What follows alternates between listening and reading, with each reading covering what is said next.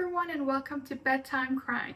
In today's episode, we're not going to talk about a single case, but I'm going to read some true crime stories from Reddit and let's see if they're actually real or creepy enough. So, moving on to the first one, let's get started.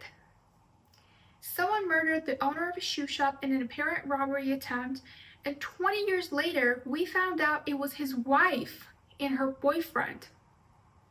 Okay. The boyfriend was the cop assigned to investigate the murder. When he responded to the reported murder, he realized that the shotgun he'd used to commit the murder and left at the scene might be traced to him. Why would a cop kill a random man? Oh my god. One of these first things he did was to grab the shotgun and hide it under a parked car. He came back to get it once everyone was gone.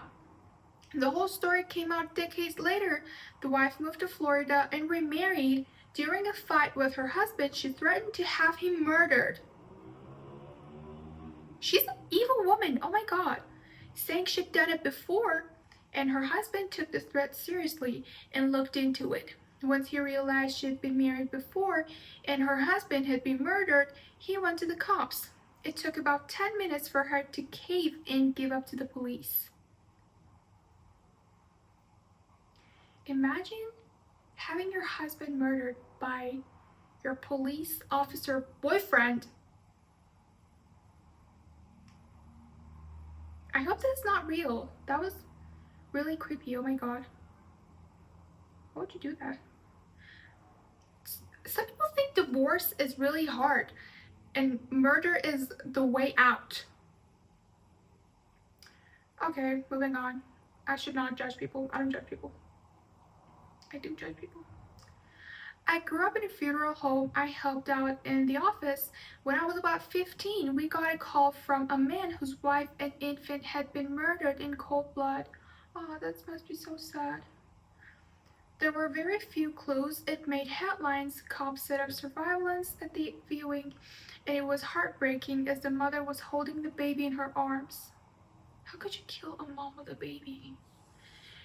I was asked to take the flower cards and periodically get the husband and ask if he recognized the names. Then I photocopied it and put them back. I did it because I was a kid. People knew me and I was unobtrusive. I talked to the husband quite a bit and he seemed devastated and shaken. I know. The cops told me they had an eyewitness to someone leaving the house the day of murder. The witness was a 3-year-old girl. She recognized the man leaving. It was the husband's best friend. Are these real? Turns out the friend and the husband had made a pact to kill each other's families and run off with their secretaries. Okay. The little girl identified the friend and I guess one of them cracked.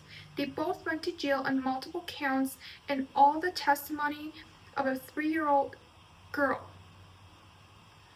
I still cannot believe to this day that the man stood right beside me multiple times and I had no clue. How can you kill your own child? Just get a divorce. What? The third story, up until now, was really traumatizing. I don't want to hear about people killing their families anymore. 2 young boys on a walking trail came across a rape mid-act. When the rapist realized he had witnesses, he cut the girl's throat and ran off. Kids ran to a nearby house and had an adult call for help. I don't know why I did this. The girl was 13 years old. A few months later, they found the guy after he raped a child in his wife's daycare, and the semen sample from that child matched the one left on the 13-year-old.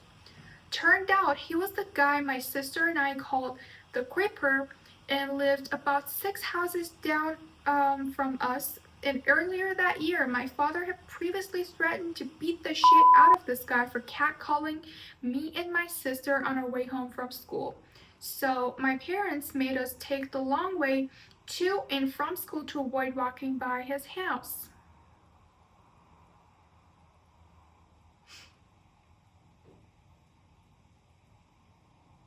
I hate pedophiles. I will judge them. They should be taken away from society, left on an island alone, literally, together, like all of them. One of my best friends growing up had an aunt that was the sweetest, most gorgeous woman you could possibly know, and she started dating a man, okay? They fell in love with her because of how sweet and kind she was. After a month or so of being together, he accused her of being too nice to other people. So he strangled her until she was unconscious and cut her heart out of her chest while she was still alive. Imagine just cutting someone's heart out of their chest. How jealous are you? He thought that it was the worst example of sheer disrespect, that she would exhibit kindness towards other people when she was in a committed relationship. He believed he owned all of the good she had to give, and by being nice to people that weren't him, she may as well have been cheating with the whole town. So he decided to kill her. Like, conversations are not a thing, I guess. He killed her for being the person he knew her to be when they started dating, like literally. The fact that people like him exist is terrifying to me. Yeah, me too. Honestly. Okay, let's move on to our next story. The scariest true story I know is my own. Okay? I grew up with a very mentally ill and abusive father. The summer I was 16 and my younger brother was 13, my father shot my brother with a shotgun at almost point blank range in our basement. Thankfully, it missed his heart by 2 inches and he's still alive today. I came home that evening to my stepmother cleaning the blood off the What? Cleaning the blood off the tile floor like there was nothing to see. I don't know how some women just can go through this and act like it's nothing. Like, you should go to the police. Oh my god. Oh my god. It was the most terrifying and surreal thing I've ever experienced. One would believe attempted murder would be enough to terminate custody rights, but alas, sorry. English is not my first language.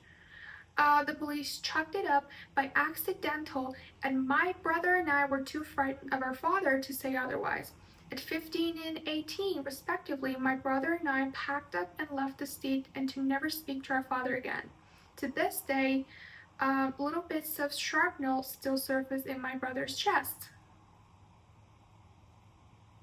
Fathers these days. Oh my god.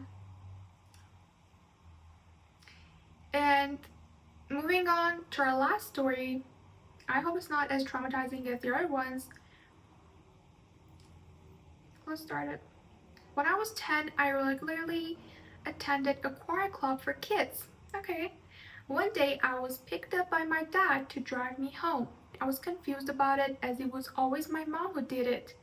Oh, something happened to the mom.